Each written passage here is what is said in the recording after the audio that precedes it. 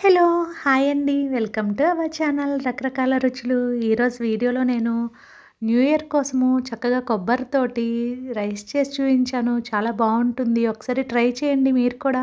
ఎక్కువ మసాలాలు, వెజిటబుల్స్ ఎక్కువ వాడకుండా మంచి ఫ్లేవర్ తోటి చక్కగా గుమగుమలాడే రైస్‌ని మీరు కూడా తయారు చేసుకోండి. ముందుగా నేను బాస్మతి రైస్ కాకుండా నార్మల్ బియ్యాన్నే తీసుకున్నాను.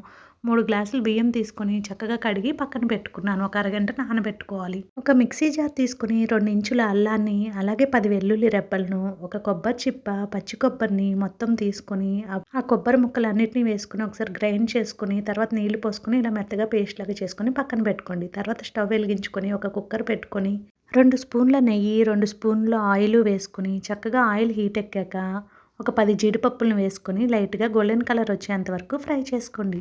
అలాగే తర్వాత ఇక్కడ చూపిస్తున్న మసాలాలు ఒక స్పూను షాజీరా, ఇంత సైజు దాల్చిన చెక్క, 4 యాలుక్కాయలు, 10 లవంగాలు, అలాగే 3 అనాస పువ్వులను వేసుకొని చక్కగా ఫ్రై చేసుకోండి. అలా ఫ్రై చేసుకున్న తర్వాత పచ్చి బఠానీ ఇష్టమైన వారు కొన్ని యాడ్ చేసుకోండి. బావుంటుంది ఫ్లేవరు. తర్వాత ముందుగా గ్రైండ్ చేసి పెట్టుకున్న కొబ్బరి మసాలాను వేసుకొని చక్కగా కొంచెం సేపు వేయించుకోండి. అసలు ఈ ఫ్లేవరు ఎంత బావుంటుందంటే గుమగుమలాడుతూ ఎప్పుడైపోతుందా? ఎప్పుడు తిందామా? అన్నట్టుగా ఉంటుంది. ఇప్పుడు మీ రుచికి సరిపడినంత ఉప్పును యాడ్ చేసుకోండి. ఇక్కడ నేను 2:30 స్పూన్ల సాల్ట్‌ను యాడ్ చేశాను. ఉప్పు యాడ్ చేసుకొని ఒకసారి గరిటెతో చక్కగా కలుపుకున్న తర్వాత 3 గ్లాసులు బియ్యానికి ఇక్కడ నేను 5 గ్లాసులు వాటర్‌ని యాడ్ చేశాను. ఎందుకంటే ఒక గ్లాసు కొబ్బరి మసాలా పేస్ట్ ఉంటుంది కాబట్టి సరిపోతుంది. వాటర్ యాడ్ చేసుకున్న తర్వాత ముందుగా నానబెట్టుకున్న బియ్యాన్ని కూడా వేసుకొని మొత్తం ఒకసారి గరిటెతోటి మిక్స్ చేసుకోండి. ఇప్పుడు కొన్ని కొత్తిమీర ఆకులను యాడ్ చేసుకోండి. ఇష్టమైన వారు కొన్ని పుదీనా ఆకులను కూడా యాడ్ చేసుకోండి. ఓన్లీ కొత్తిమీర యాడ్ చేసినా చాలు. చాలా గుమగుమలాడుతూ మంచి ఫ్లేవర్ ఉంటుంది. ఇలా కొత్తిమీర కూడా యాడ్ చేసుకున్న తర్వాత ఒకసారి గరిటెతో మిక్స్ చేసుకొని కుక్కర్ మూత పెట్టుకొని విజిల్ పెట్టుకొని ఒక 3 విజిల్స్ రానివ్వండి. బాస్మతి రైస్ అయితే కనుక 2 విజిల్స్ వచ్చిన తర్వాత ఆపేసేయండి స్టవ్.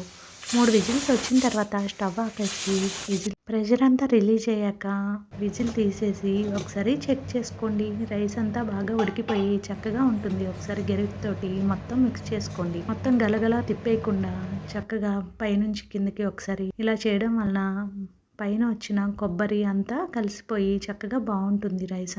అంతేనండి. ఎంతో రుచికరమైన కొబ్బరి రైసు రెడీ అయిపోతుంది. ఇది చికెన్‌లోకి టమోటోస్‌తో కోడిగుడ్డు వేసి గ్రేవీలాగా ఒక చక్కటి పులుసు లాంటి కర్రీని నేను తయారు చేశాను. అది కూడా మీకు నెక్స్ట్ వీడియోలో అప్లోడ్ చేస్తాను. ఈ రైస్‌లోకి సూపర్ కాంబినేషన్ ఇవన్నీ. కనుక నచ్చినట్టయితే మన రకరకాల రుచులు ఛానల్‌ని సబ్స్క్రైబ్ చేసుకొని వీడియోకి లైక్ ఇవ్వండి.